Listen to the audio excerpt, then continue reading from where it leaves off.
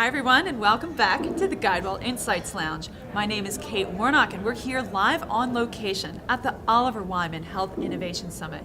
My next guest is Jon Urbanek. Jon, welcome to the interview. Thank you. Jon, you are the Senior Vice President of Health Insurance Markets for Florida Blue. So Florida Blue, Jon, has been in the media for all the right reasons. As we see many competitors leave the marketplace, the ACA marketplace, Florida Blue has really maintained a commitment to staying within the state of Florida, and I understand in all 67 counties of the state, no less.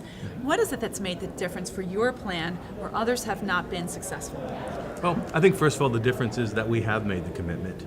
Florida is our only market, and in order for us to achieve our mission and to be successful, we know that we had to be relevant in all of our market segments. So, when we planned for the ACA, we said we didn't want to just survive, we wanted to thrive. And so that meant making a commitment to all 67 counties. It meant that we really had to think long term. And other things we have to understand is, first, the health environment in Florida changes every day. And so even though we have that long-term approach, we have to be flexible and we have to stay on top of those changes and adapt to them as they go. And that's been really important for us. We also have to understand that getting the membership's no longer enough. When you're talking about consumer markets, they're very volatile. And so we've really got to manage the business very differently than we've done it before. And I'd say a great example of that is how we designed our primary exchange product, MyBlue. And we started with a clean sheet of paper. We said, what are the customer needs that we're trying to address? And what's the price point that we need to hit? And we use that to drive the product design. And as we move forward, what we're looking to do is each year, we have to ask those same questions. And we have to change our company to meet those needs and achieve those price points. And that's how we're going to keep pace with this really important market for us. Well, no doubt that's why you're here at the summit, because I know that one of the overarching themes is the consumer imperative and how it's going to transform the health industry from the outside in. So I guess by you designing this model, not from a preconceived notion of what the plan needs, you really mirror what Sam Glick said this morning. Sam was talking about, it's not just about delivering on table stakes, you really have to start with the consumer and build backwards. So that's the approach that you took. Absolutely. Yeah, and it's working. So far, so good. It's working. All right, well, another thing that's notable about Florida Blue is a very significant retail presence. You actually have a retail model. And if I understand correctly, it was one of the first plans in the nation to have that. Mm-hmm. How has that been a differentiator for you, and how do you think that you're going to iterate on that retail model?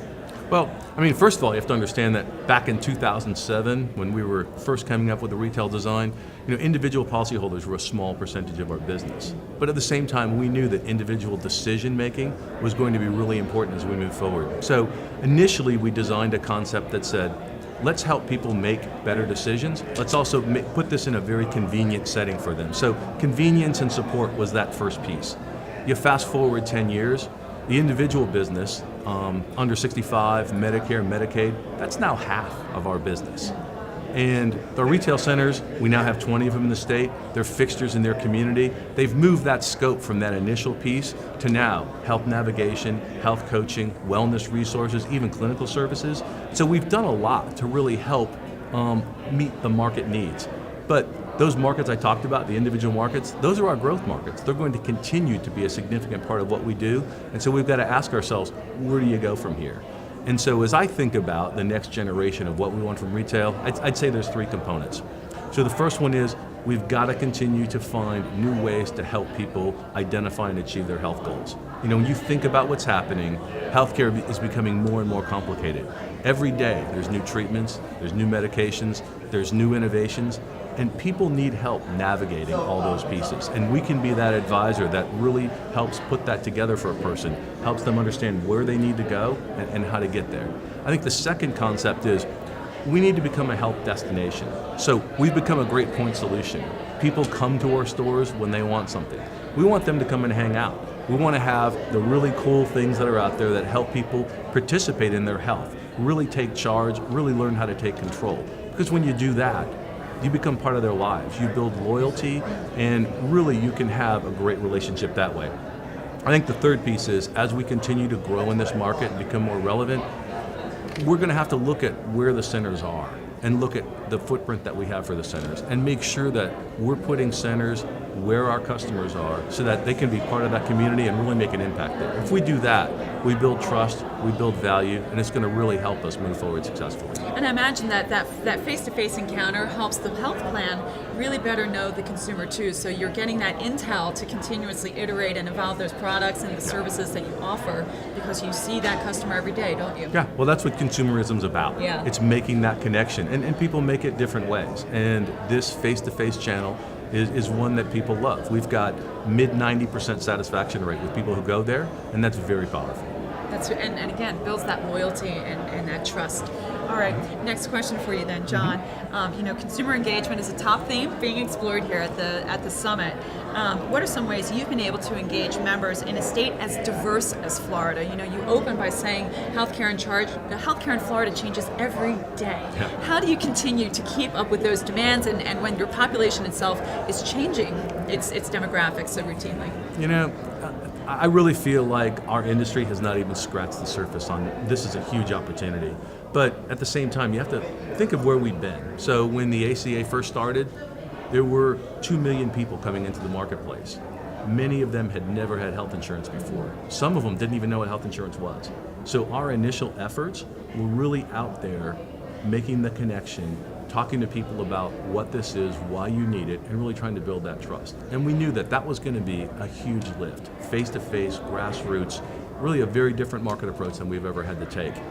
So in each of the first couple of years of the ACA, we did over 3,000 town hall meetings, just connecting with people and having the conversation. And so I would call that a primitive way of engaging.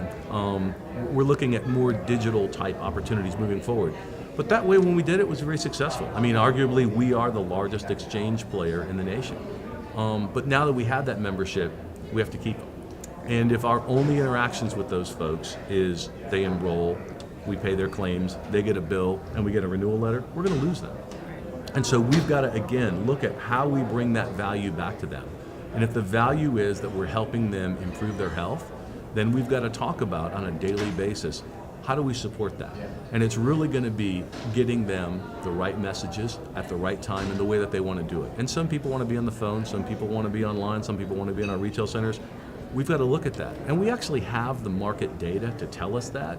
So we're starting to build campaigns around those pieces and starting to make those connections. And we've made small wins this year. In the Medicare side, we've been able to use those campaigns to help improve participation in various screenings and things like that.